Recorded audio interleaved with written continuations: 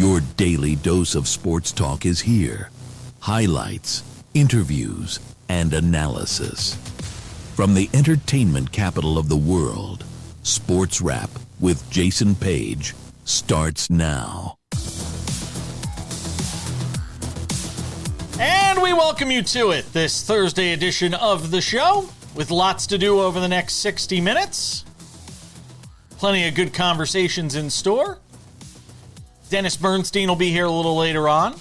Get his thoughts on the hockey Stanley Cup playoffs. Carolina now within a win of advancing to the Stanley Cup final. It's Stanley Cup final. Not finals.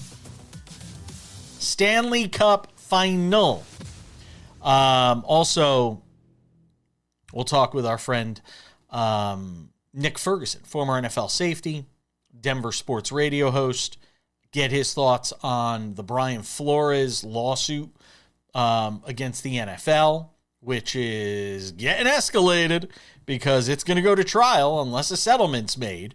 That whole thing's going to go to trial. We'll talk more about that coming up a little later on in the show. There's plenty to get to from the world of baseball as well. Shohei Ohtani showing out again. Rob Manfred talking about labor strife. We'll get into that some. But we start things out as we always do on this Thursday edition of the show. It's time for the big story. And the big story, well, before we get to it, got to tell you about the Daily Wrap. If you have not done so yet, subscribe to the Daily Wrap on Substack. It is our new daily newsletter. If you love Sports Wrap and everything we're doing here, check out the Daily Wrap from Sports Wrap, available on Substack. Go and get it. It's a recap of all the day's top stories, everything we talk about here on the show. We'll have special columns going up there as well, and plenty more content to come on our Substack as we continue to expand the Sports Wrap universe with the Daily Wrap. Go and check that out today. Scan the QR code. There's a QR code right below me. Scan that QR code. It'll take you to the Daily Wrap, and you can go and subscribe. It's easy, and we would appreciate it. All right, the big story. Two of them today. Kirby Smart and the SEC. Wow. That escalated quickly. All this conversation about college football expansion, of the playoffs, NIL, it's reached a point where Kirby Smart went out, I believe it was last week, but in recent days, and made a comment to the effect of, you know what, we might need to secede from the NCAA. That we might need a situation here where the SEC just goes off and does its own thing. Maybe it joins forces with another conference, like, say, the Big Ten, and just takes on the NCAA. And the reality is, this is a very dangerous game that the SEC is playing by even bringing this up. And none of these things happen by accident. This is a, test balloon, if you will, by Kirby Smart, by the SEC, one of the faces of SEC coaching in Kirby Smart, putting him out there and having him say this to see what the reaction's going to be from people like me, from people in the sports media world far bigger than me, and from the NCAA.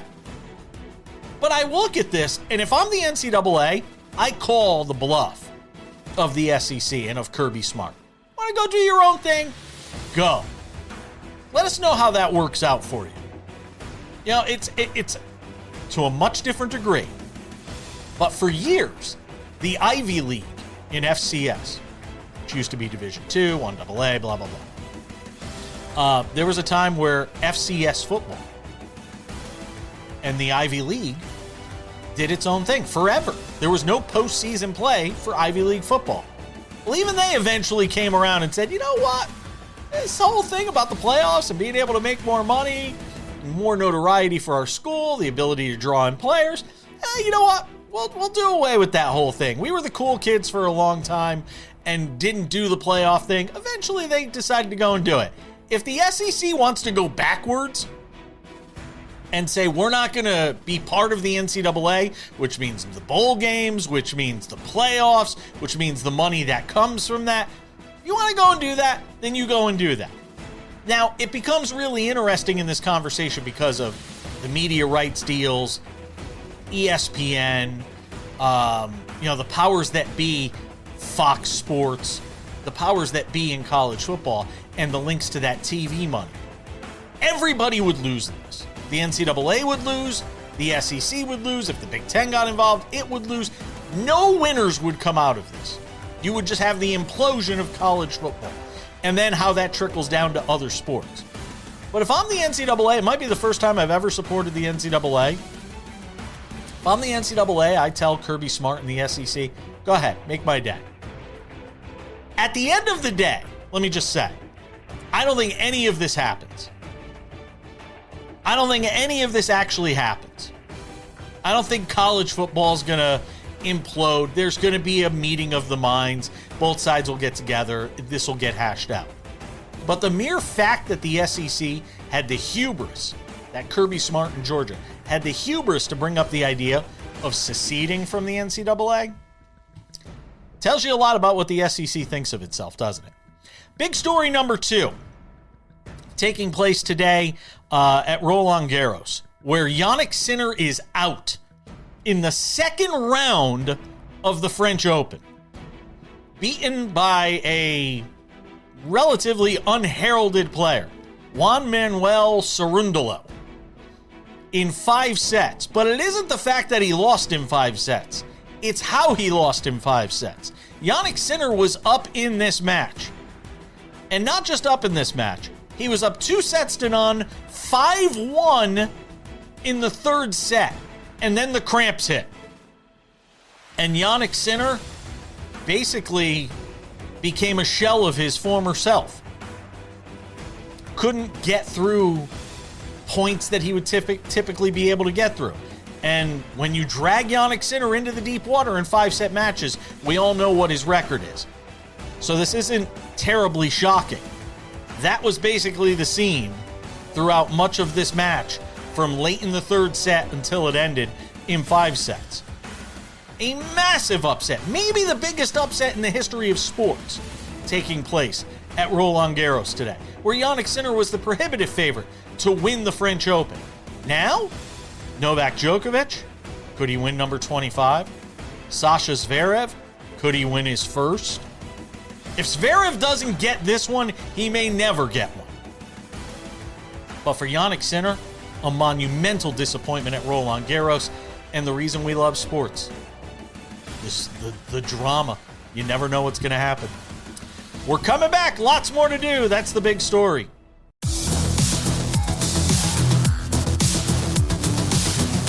Welcome back to the show. Good to be with you on this Thursday.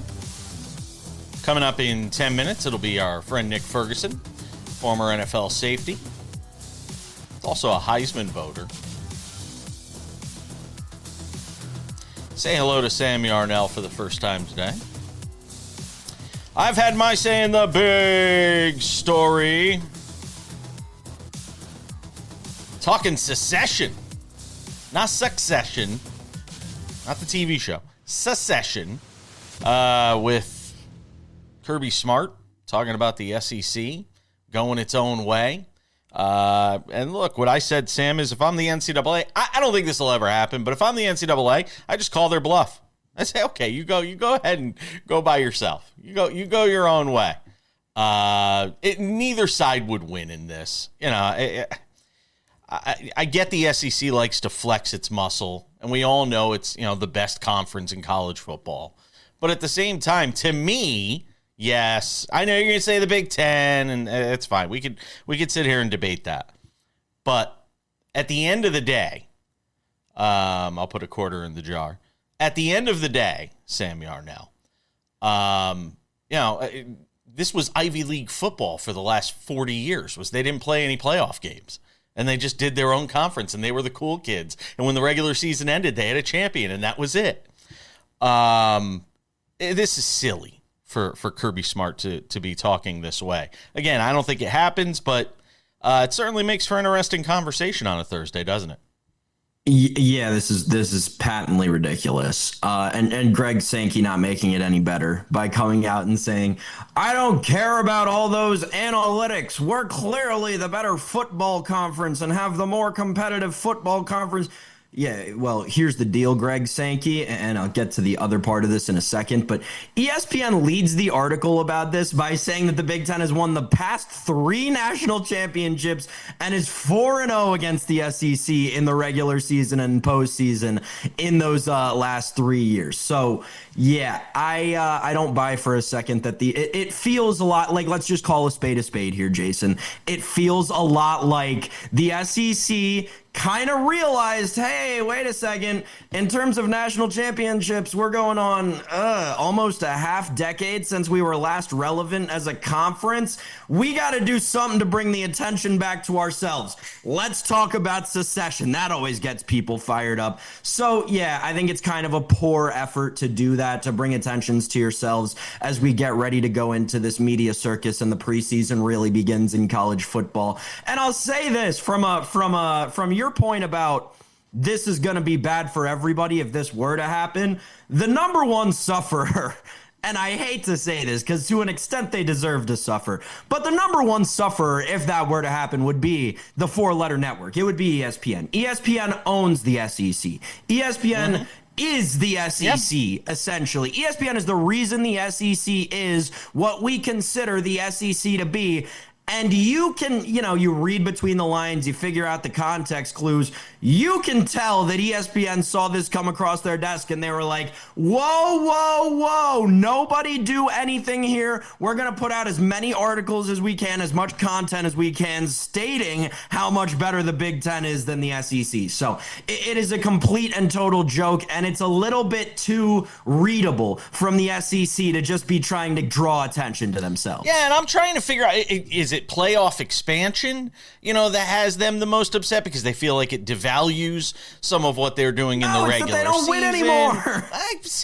I don't look at 3 years versus the previous 20 as necessarily the same way you do. You've got a bit of a recency bias here in talking about the last 3 years. Well, I also look at the fact that the greatest coach in college football history left the SEC within that 3-year period. He didn't just leave the SEC, though. He left football. He was disenchanted with the direction football was going. But that's my point. The reason he left football is because of NIL, which has drastically changed every conference, particularly the SEC, which now doesn't have the leg up that we've not only heard from athletes on this show, but knew about from the rumor mill for decades. The SEC doesn't have the leg up anymore. They can't pay players illegally anymore. That's what they were doing better than the other Power 5 conferences for the last 50 plus years. Now they can't do that anymore, and the freaking proof is in the pudding. The results are on the paper. They're suffering from it. Well, I am interested to see, sort of how the NCAA responds to this and sort of what the next, now that they've kind of hurled this grenade into the crowd, I'm curious to see what the reaction is here over the coming days and weeks. If the NCAA balks, if the NCAA pulls back, if it tries to placate the SEC any, that's the next sort of chapter in this, is how the rest of college football reacts to it. Well, I'll tell you, man, I thought what you said was exactly right at the beginning of the segment. If I'm the NCAA, exactly what you said. Let them do it. Figure it out yourselves. You're this big bad machine. Sure. Go figure it out for yourselves. I'd love to see it. That's what I'd be doing if I was the NCAA, Jason. Yeah. Call their bluff. Exactly. Everybody thinks the grass is greener on the other side. You want to insulate within your own bubble. There's a whole bunch of other schools and a whole bunch of other fan bases that don't really care and don't really like the SEC to begin with. And again, it is a great whether it's the best conference or the second best conference, it's great football. Sure. The level of passion in the fan base, and we're on in the South. Hello to all of our friends watching over on Peachtree Sports Network and Palmetto Sports Network. But the bottom line is there's a whole rest of the world out there that the SEC needs to realize they're going to move on and keep going, whether the SEC is there or not. It's not going to bring college football to its knees. And again, everybody would lose. I mean, it would hurt college football, and it would hurt the SEC. That their season would end, not playing in bowl games, not playing in playoff games. It just doesn't make sense to me. It's very short-sighted. I'm going to take my ball and go home. Golf is a popular thing in SEC country. Let's call a spade a spade. It is. I've been there. I've spent time there. Golf is a very popular thing in SEC country. We just saw this happen in the sport of golf. This is literally Live Golf splitting off from the PGA all over again. You want to relive that? Because we just saw how it ended, and it wasn't very pretty. You're going to come back, and Alabama's going to be in the Big Ten, and Texas is going to be in the Pac-12 because they're going to be back when the SEC secedes. That's what you're going to come back to in 15 years if the SEC tries to leave out of the NCAA right now. All right. We got to get to some hockey. Our friend Dennis Bernstein's coming up a little later on in the show. We'll have more on the college football and the NFL with our friend Nick Ferguson, who does a great job in Denver Sports Radio, former Denver Broncos safety. He's going to hang out with us on the show as well. Lots more to do on this Thursday. Don't you go anywhere.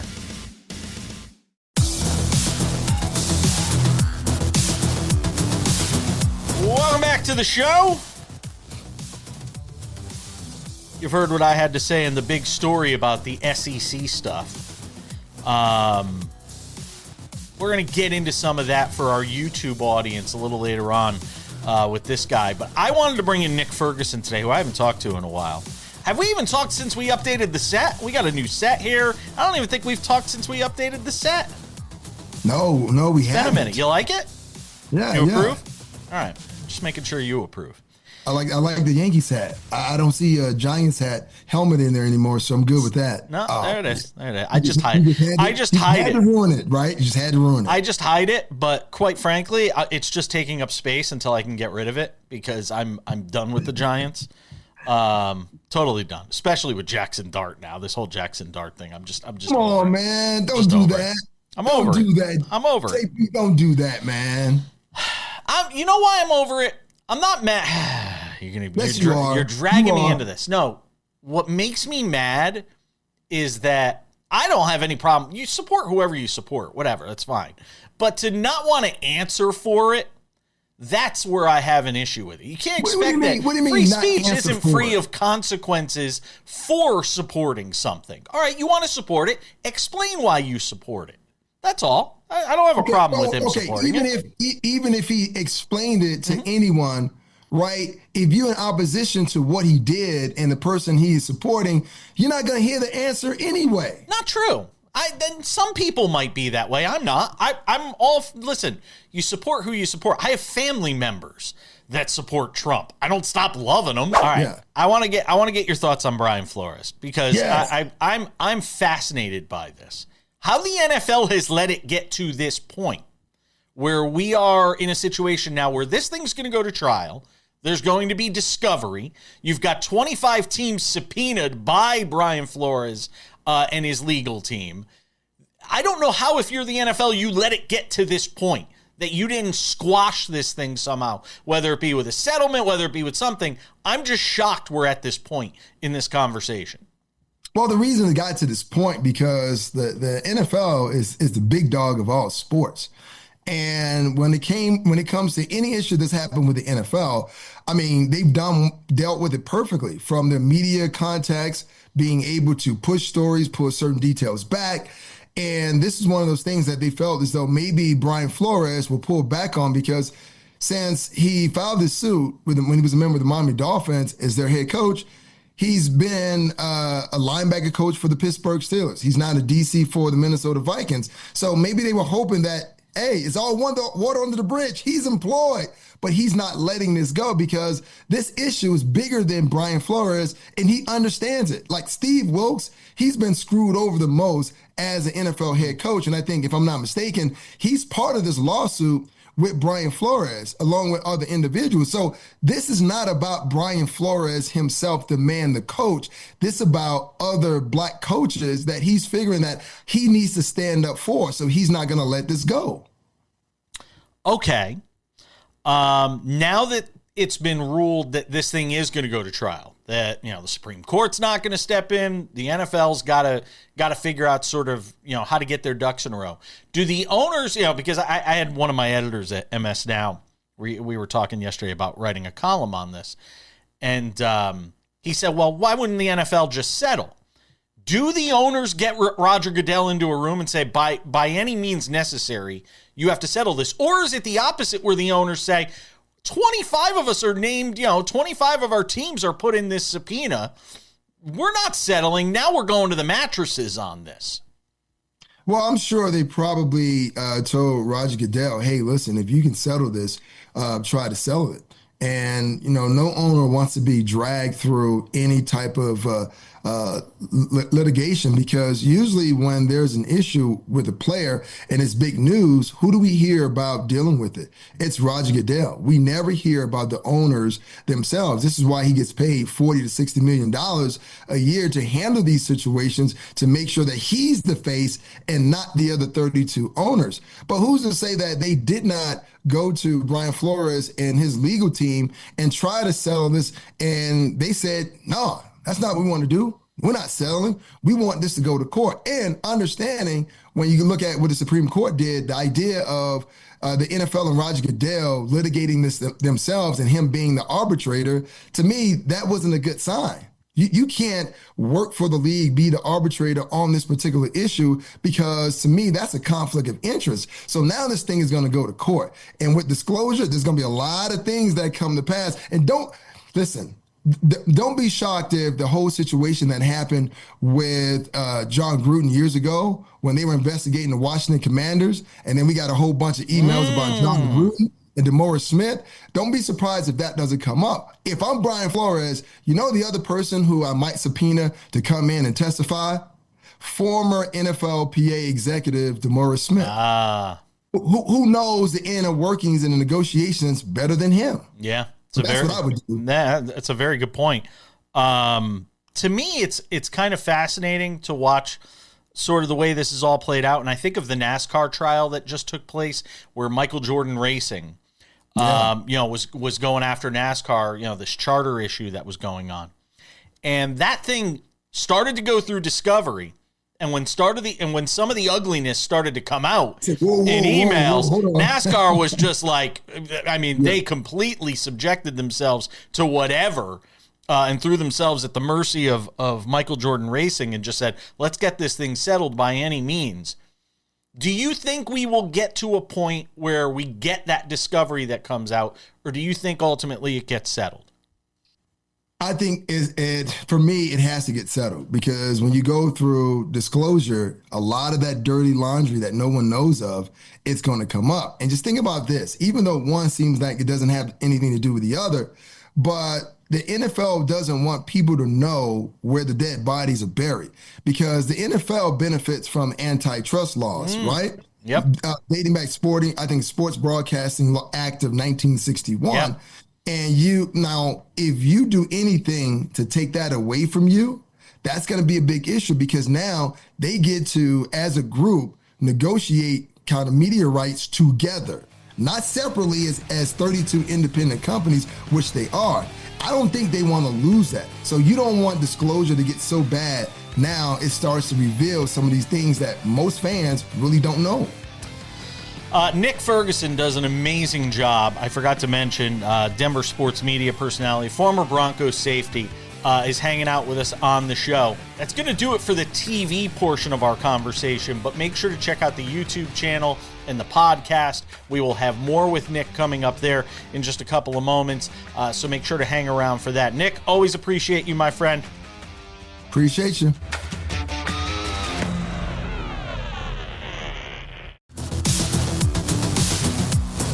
Welcome back to the show. Let's talk some hockey. They're not missing games because of cramps. They're not losing because of cramps. Dennis Bernstein, the fourthperiod.com, SiriusXM NHL radio, joins us. Cramps. Got Nathan McKinnon playing on a shattered kneecap. Come on! Makar had two injuries. He had an upper and a lower body injury. So it's a tough way to go out, but Vegas was the better team, and Carolina's showing you that they're the better team. So it stands to be, if Carolina can close the deal, a very interesting cup final between those two teams. Well, let's start with Carolina right now, because that's the series that's still going on. We'll get to Vegas here in a second. Start with Carolina here. I mean, they're down 1-0 in the series. They get outplayed really just in the first period of game one before they sort of roll from there, Dennis. So give me a sense here. Was it the layoff for Carolina that leads to that game one loss, and then they just simply kind of get their feet under them from there? And it just simply seemed to me, the biggest thing that's come across to me was, after that game one loss, there was no panic in this team.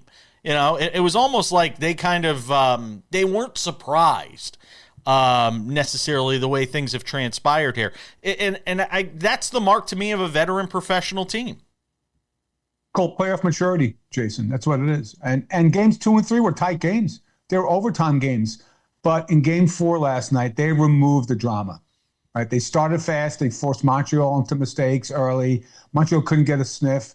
It's like they don't have to win the entire 60 minutes of a game, Carolina. They just want to dominate the terms of the game. And that was Carolina Hurricanes hockey last night. That's what you saw. And not for nothing, Jason, they're also not playing a team from Florida. Right? They're not playing the Panthers. They're not playing the Lightning. This is a weaker team than those two teams. So their path, was it easier? It probably was over the last couple of seasons. But this team has matured. Games that they haven't won in the conference final, they're winning now in overtime, and then a dominant performance last night. What does it mean to them to get through this thing in 5, make sure it does not get to a 6th game, knowing now what we know about Las Vegas and the fact that they're just going to be sitting there, sort of licking their chops and licking any wounds they have and being able to rest up? How important is it for Carolina to get this thing wrapped up in 5? Important for 2 reasons. Number one, you mentioned the fatigue. You don't want this to go any longer than it has to. Montreal's waiting to get beat at this point. You're going home. You should win that game. The other one is you don't want to open up that narrative that you can't get to a cup final. Right? You have a commanding lead. You want to close it out, go home, and that's it. You don't want to. They've removed a lot of the doubt in their game, and now Montreal's having to answer all the questions. If they were to lose game 5 at home, those questions about them, the ability for them to get to a cup final and close the game, will surface again. And you don't want that. You don't want that emotionally, and you don't want that physically to play another game, a game that you don't have to play because you are the better team. Before we get to Las Vegas, one more on Montreal. Just simply outclassed in this series. What will be the takeaway if it does end, assuming it ends in 5 or even if it goes 6? What's the cliche? You have to lose before you can win it all. And this team's learning very valuable lessons. They're the younger team. They're the less skilled team. And they're just getting Carolina's imposing their will. So it's not a failure. It's been a great season for this team. They aren't the better team. They'll learn lessons. They'll come back. Can't use the GM will probably try to retool, maybe upgrade their second line presenter position. But even if they go out in 5, it's been a great season for the Montreal Canadiens. Talk to me about Las Vegas. I mean, who had a sweep of Colorado on their scorecard here, Dennis Bernstein. It's remarkable what this team continues to accomplish. How do you explain it? Can't just be the goaltending. Oh, but this is a very different team that played most of the season if you watch Vegas play, Jason. The coach is different. William Karlsson wasn't in there. Carter Hart wasn't the goaltender. They didn't have a guy like Nick Dowd on the 4th line winning faceoffs. So this is a different team than what you saw for, let's say, 80% of the season. But you're right. They exposed Colorado's depth. Mark Stone is also a guy who came back in the lineup and immediately paid dividends. The way this team is constructed now, can they win 4 more games? Absolutely. And I think they won the emotional moments of the series. Like when there was a big play that needed to be had, Vegas always made it, and Colorado didn't know how to respond. There was no counterpunch. Granted, McKinnon was hurt. McCall was hurt. Nichushkin didn't play the last game. But you know what, Jason? Those are excuses when you lose. It's as simple as that. Vegas was the better team. Is it surprising? Yeah. If you watch the team like I have for most of the season, it's very surprising the way they're playing. But when you look at the names on the back of the jerseys and this team is fully healthy, and they have a coach who's been there before, who's pushed his team harder, it's not really that much of a surprise. A sweep against Colorado, of course, nobody had that on their bingo card, but they were the better team without question. Is this validation for Bill Foley and this organization making the decision they made? And do you think it's, now this turns into a trend. Teams late in the season are struggling. They're trying to make the playoffs. They're going to fire coaches late in the season. Does this become the in vogue thing? It could. The Islanders did it too. Yeah. They fired Patrick Waugh at the end of the season. The Kings did too. Yeah, Vegas doesn't care about public perception. They're going to do their thing, right? They fire the coach, a coach who won a Stanley Cup, but his, had worn on the players. They signed a player in Carter Hart who was on trial for, sexual issues, who was acquitted. And that didn't sit well with a lot of people, even though he was acquitted of the charges.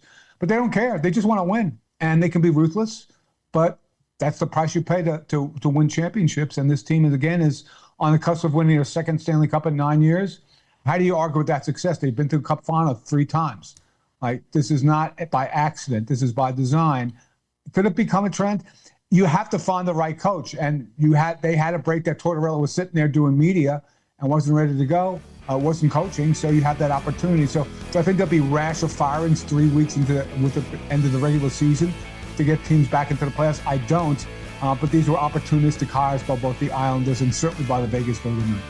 Dennis Bernstein, thefourthperiod.com, Sirius XM NHL Radio. Always a pleasure to talk to you, my friend. Enjoy. We'll talk soon. Likewise, Jay. Thanks for the time.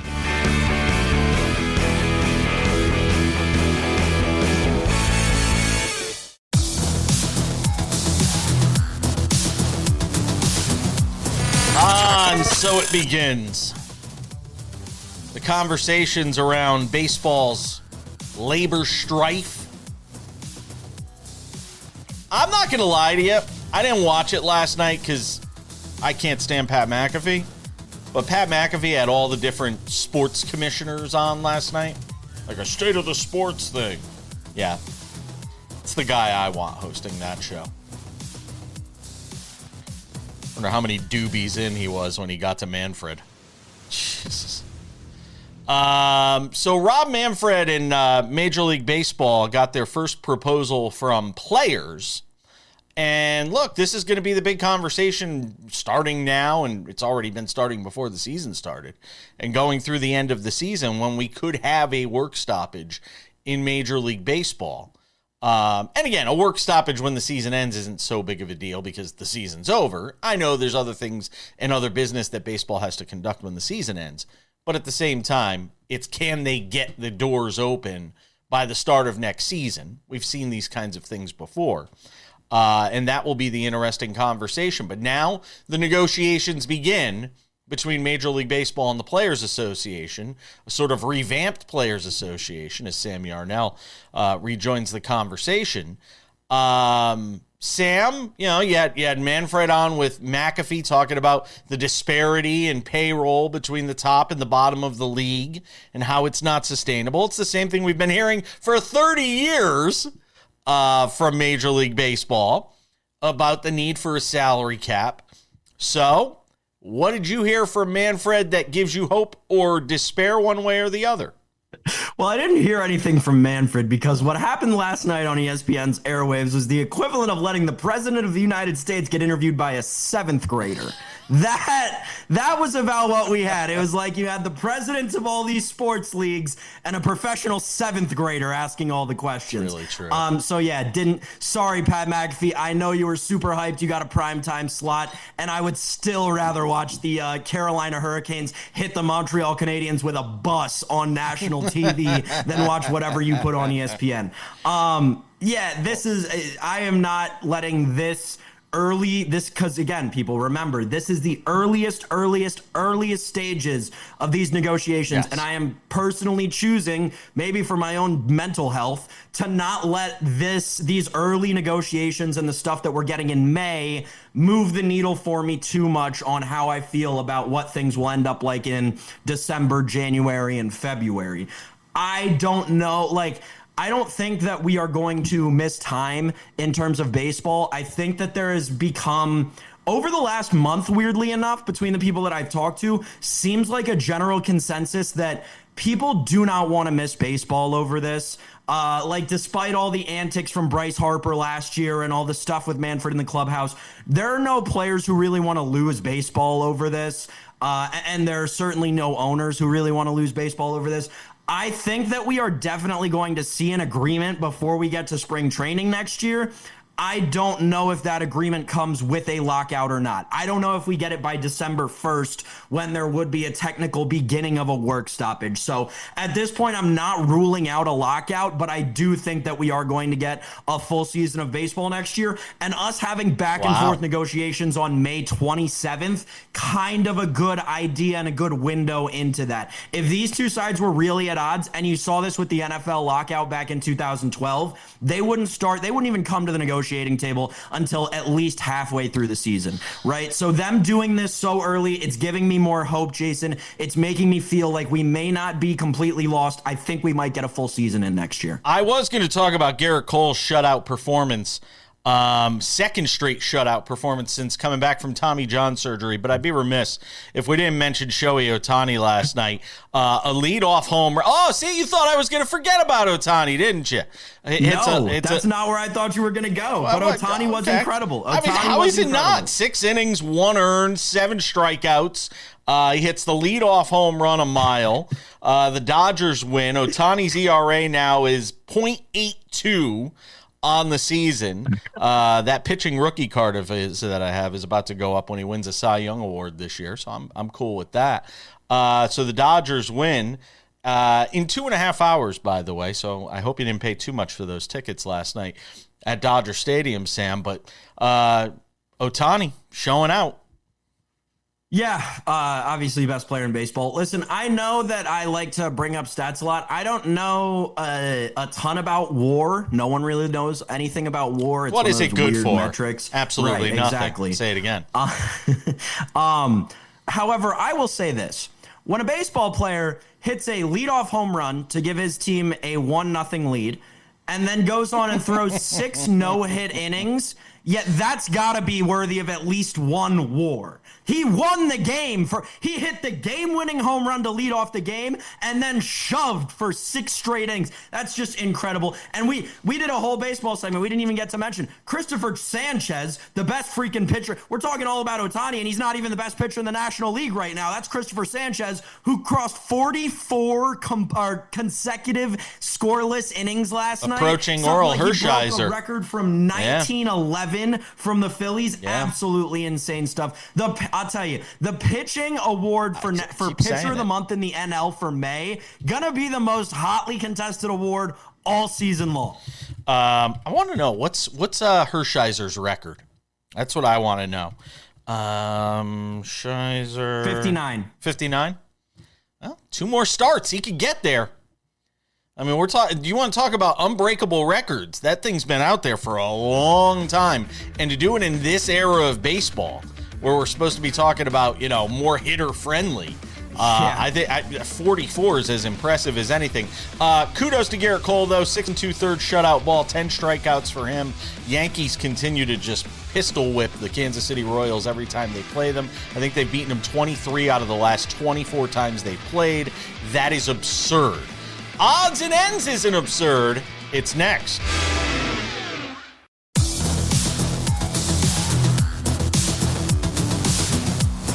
All right, just about time to put the wraps on this baby for a Thursday. A few reminders before we say goodbye. The Daily Wrap, our new newsletter available on Substack. Go and subscribe today. You see the QR code on the screen. Just scan that with your phone. Give you a second to do it. There you go. Come on. Go and subscribe to the SportsWrap Daily newsletter, the Daily Wrap, available over on Substack. The SportsWrap with Jason Page podcast, the audio version of this show, Monday through Friday, available wherever you get your podcasts: Spotify, Apple Podcasts, YouTube Podcasts, iHeartRadio, TuneIn, Odyssey, Amazon. It's easy. Just go and search for SportsWrap with Jason Page wherever you get your podcasts and get the audio version of this show. We also have bonus podcasts we're putting up there. The NBA Weekly, the conversation we had with Kurt Heelan yesterday is up there in the podcast section. An extended conversation, stuff that doesn't make it into the TV show or the regular podcast. It's all there. Go and subscribe today. The Sports Wrap with Jason Page YouTube channel is the place to find all things Sports Wrap with Jason Page. The Monday through Friday TV version of the show, commercial-free, waiting there for you early each afternoon. 45 minutes. It's just sitting there like a hug from a good friend. Go and check that out today. Bonus podcasts there as well. Extended conversations. Also, Sports Wrap Shorts, 1 to 3 minute long videos covering the top stories, biggest games. They're every day for you, even on weekends when we're not here. The Sports Wrap with Jason Page YouTube channel. Go and subscribe today. Sports Wrap Shorts also available on our TikTok, Sports Wrap Jason Page, and on our Instagram, that same name. Just use that, Sports Wrap Jason Page. And now, without any further delay, on this Thursday edition of the show, it's time for some